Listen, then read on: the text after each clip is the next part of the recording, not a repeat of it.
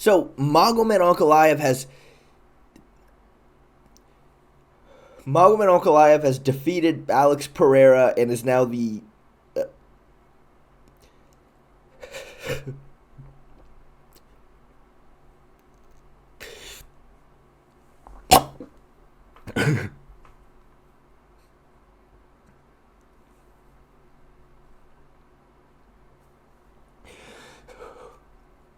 Magomed Ankalaev has defeated Alex Pereira and is now the light heavyweight champion. And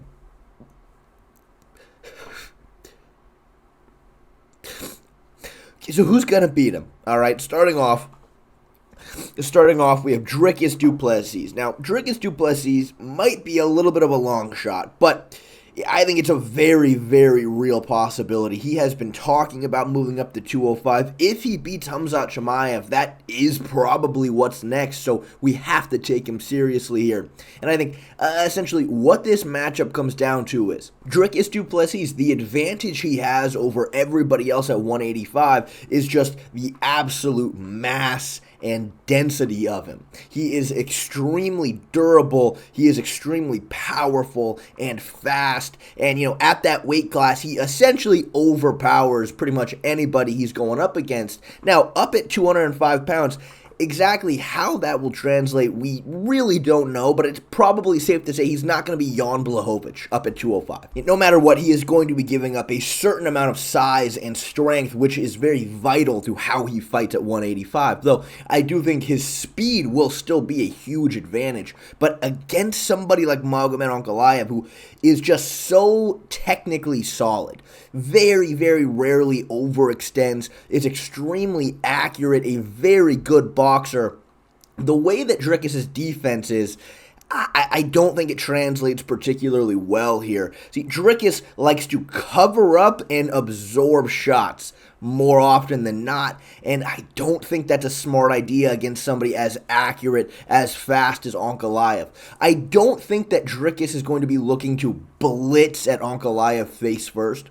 I just don't think that's how he would approach this fight, given the fact he did not approach his last fight against Sean Strickland this way at all. He would probably look to try to hold the center to avoid getting backed up, but even then, like, you look at this sequence right here from his last fight against Sean Strickland, which was probably the most technical we've ever seen Dricus.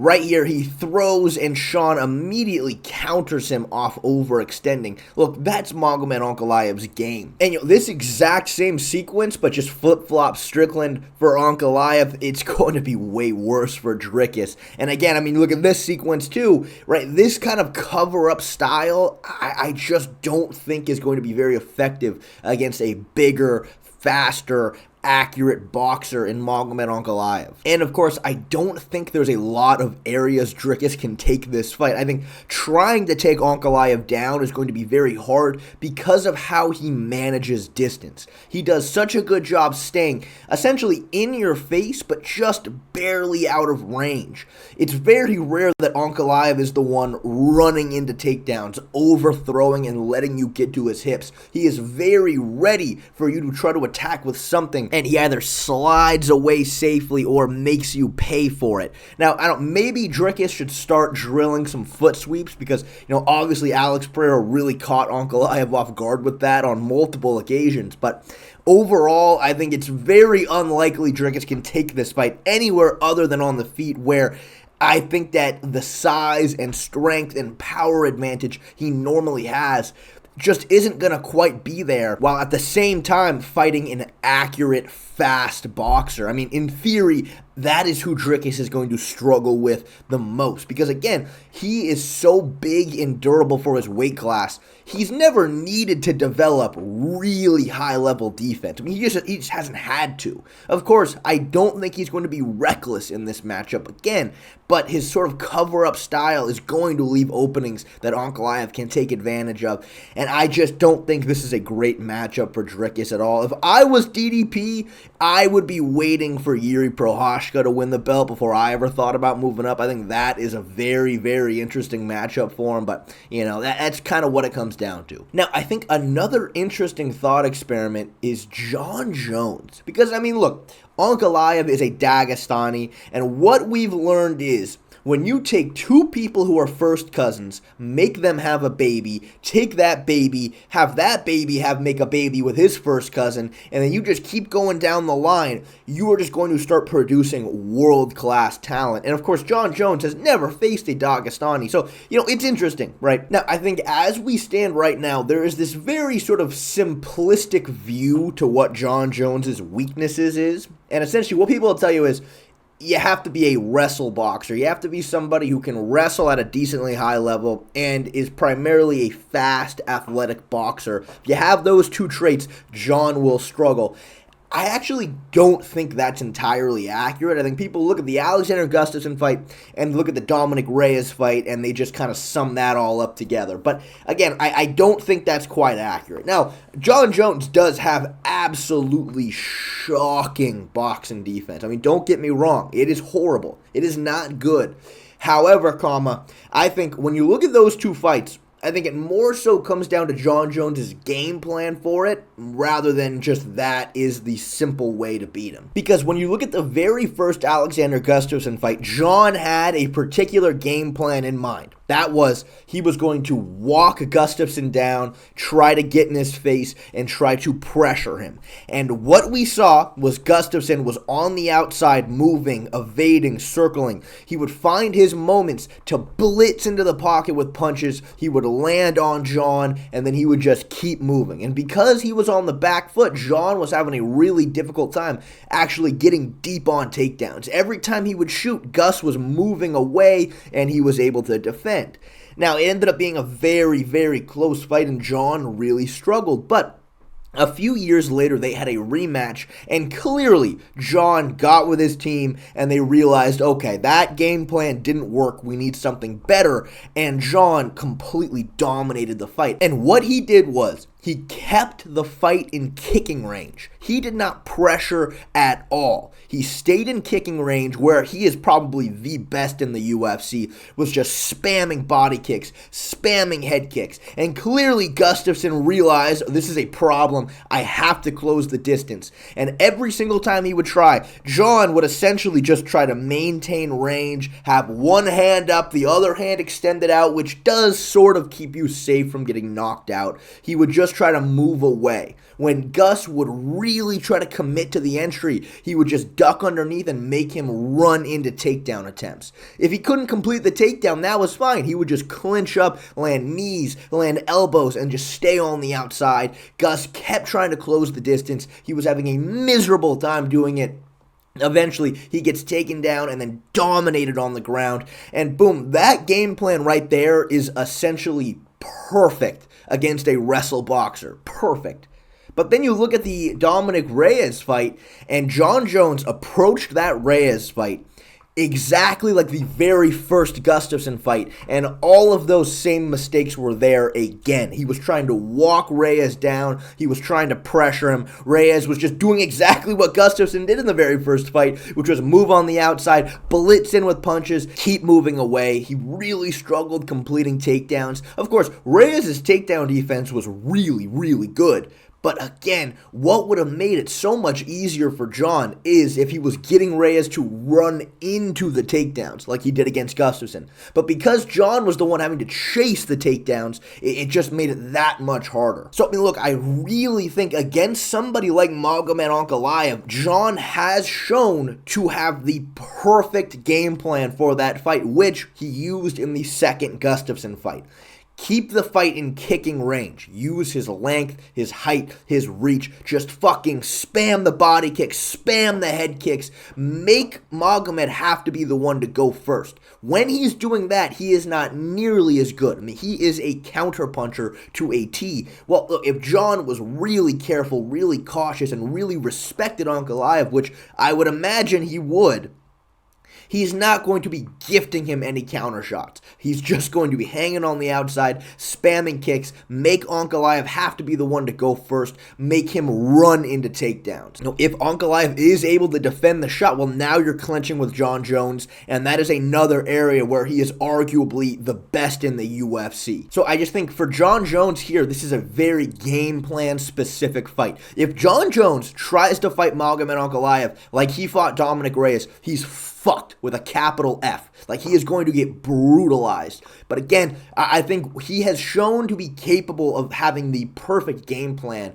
against an opponent like Ankalaev, and he should win as long as his coaches realize this, which, I mean, I would hope they would. But now, I think arguably the most interesting fight for Ankalaev is... Because, look, it is so hard to properly break down a Jiri Prochazka fight just because, for one, he gets tagged and rocked almost every single fight. Like, I think it's probably rarer he doesn't get rocked in a fight than he does. But offensively, he is so awkward and he is so fucking lethal. And I think overall what makes fighting Jiri so hard is that his hands are down. He's constantly bobbing his head back and forth, but he can mix that in with pull counters that are very accurate and that he times very, very well. I mean, his timing, his accuracy, and his counters against Jamal Hill, I mean, were absolutely crazy. I mean, again, people were kind of looking at Jamal Hill in that fight like he was some knockout artist that was going to go out there and tag Jiri right on the chin and put him away. I mean, look, he certainly hit Jiri quite a few times, but Jiri was the one far more accurate, far more powerful, and I would say way more of a knockout artist than Jamal Hill is. But how does all of this translate particularly to Magomed Ankalaev? Well, look, it's not a perfect example, but when you look at Ankalaev's fights against Johnny Walker in particular, I do think it's a little scary for Jiri Prochazka. Again, I'm not saying that, Jiri is Johnny Walker by any means, but Johnny Walker was wild as all holy hell against Ankalaev, throwing these crazy spinning back fists, these wild unorthodox shots. And I don't think he landed a single meaningful shot against him. I'm just going to be honest. I really don't think he even got close to landing upstairs. And on top of that, I don't think there is anybody in the division as dangerous in the pocket as Ankalaev. His hand speed and his combinations in close are the best in the division. I mean, there's no question about that. And again, what Jiri looks to do is try to overwhelm you in the pocket. And that is just what he does. He did this to Dominic Reyes. He did this to Glover. He did this to Volkan Ozdemir. He even did this against Jamal Hill. He wants to stay right in your face, and he's lighting you up with shots that you just don't see coming. And in the case of Jamal Hill in particular, it's when he was getting overwhelmed. That is what made him begin overextending, which Jiri took advantage of course. Pull counter, knocked him out. But you look at somebody like Ankalaev, it is very, very rare that he's overextending. I mean, that is just, again, a staple of the Dagestanis. Their fundamentals are so fucking good. I don't think he's going to be overextending. I don't think he's going to be giving Jiri much to work with at all. Of course, because Jiri is so unorthodox and so wild, it is very possible he does find his kill shot. But I think it is far more likely that Ankalaev is able to take advantage of the openings that are there. I mean, Jiri is the one to overextend on his right hands more often than not, and that is just something you really cannot give Ankalaev. That is what his entire game is built around. And I think that, if you were getting tagged badly by Glover Teixeira, I think Ankalaev, again, is probably the most dangerous boxer in close.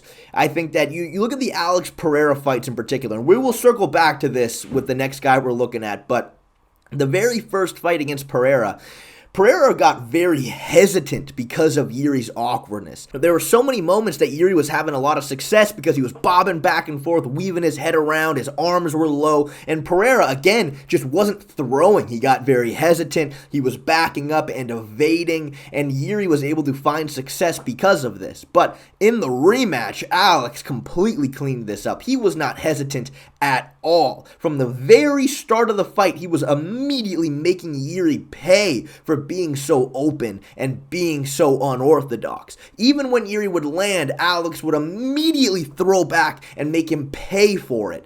And I just think that, again, somebody like Ankalaev is very, very capable of having extremely good defense here, not overextending, keeping the fight at his range, and again, finding the openings that are just there with Jiri because of his style. But now, Alex Pereira, I mean, this is the fight that we're going to see next. Dana White said probably immediate rematch is what we're going to do. Ankalaev said he wants to do an immediate rematch. I'm sure Alex Pereira will want an immediate rematch, so this is what we're going to get next. Of course, I mean, I just did an entire recap for the fight, so if you want a real in-depth breakdown, I would check that out. But the TLDR, essentially, going into the fight, I did not feel that Magomed Ankalaev was a particularly good matchup for Alex Pereira on the feet. And the reason why I thought that was, again, Ankalaev is a counterpuncher. His game relies on getting in your face, making you uncomfortable, and getting you to overextend. From there, he slips on the inside and he uses his superior hand speed and combinations in close to make you pay. But to me, Alex Pereira is not going to be overextending. Alex Pereira is going to hang back, and he's going to wait to time his jabs right as Ankalaev tries to move forward.